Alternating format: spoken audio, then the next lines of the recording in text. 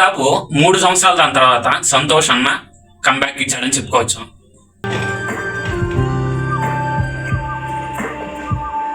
Couple friendly cinema వచ్చిందంటే February 14th release అవ్వడం జరిగింది. ఈ రోజు వచ్చిందంటే మనకు March 2 ఆల్మోస్ట్ వచ్చిందంటే 15 days దాని తర్వాత. ఈ 15 days అనేది చెన్నైలో పర్టికులర్గా చెన్నైలో వచ్చిందంటే ఇక్కడ నార్మల్గా ఇక్కడ లాంగ్వేజ్లో రిలీజ్ అయ్యి ఉంటాయి కదా, రన్ అవుతాయి కదా.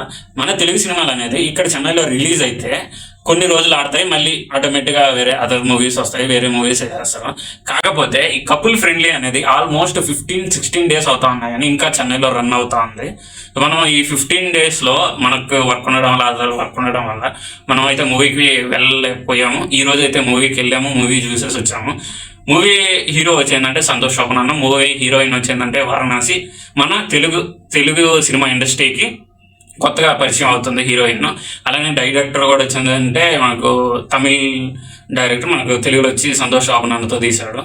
ఒక మిడిల్ క్లాస్ ఫ్యామిలీలో అంటే గ్రాడ్యుయేషన్ కంప్లీట్ అయింది, అన్ఎంప్లాయ్మెంట్గా దాని తర్వాత జాబ్ కోసం చెన్నై వస్తే దాని తర్వాత హీరోయిన్ ఎలా కనెక్ట్ అయింది, హీరోకి హీరోయిన్కి ఎట్లా మిగతా రిమైనింగ్ స్టోరీ జరిగింది, అసలు ఏం జరిగింది. ఇది సంతోష్ శోభన్ అన్న యాక్టింగ్ అయితే జీవించేశాడు. హీరోయిన్ అయితే మనకు కొత్తగా ఇంట్రొడ్యూస్ అవడం వల్ల హీరోయిన్ యాక్టింగ్ కూడా మనకు కొత్తగా అనిపిస్తుంది. సో స్టోరీ వచ్చిందంటే ఆల్మోస్ట్ చెన్నై అనేది రియలిస్టిక్ గా కొన్ని ఏరియాలో, టీ నగర్, పాండి బజార్, ఇవన్నీ ఏరియాలో వచ్చిందంటే మనకి జనాలకు తెలియకుండానే షూట్ చేశారని చెప్పారు. కాకపోతే సినిమాలో కూడా అంతే రియలిస్టిక్ గా కనిపిస్తా ఉంది.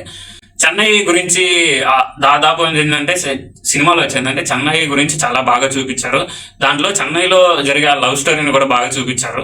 లాస్ట్ లో ఒకే ఒక కొటేషన్ బాగా నాకు అనిపించింది డైరెక్టర్ రైటింగ్ లో అయితే, life all about sudden good boys handle with care అని చెప్పి కొటేషన్ అయితే దాంతో సినిమా అనేది ఎక్కడికో తీసుకొని వెళ్ళింది.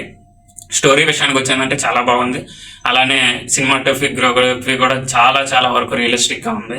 ఇది వరకు మీరు ఎవరైనా సినిమా చూడకపోయినట్లయితే ఇంకా థియేటర్లో రన్ అవుతుంది, వెళ్ళి చూసేసేయండి.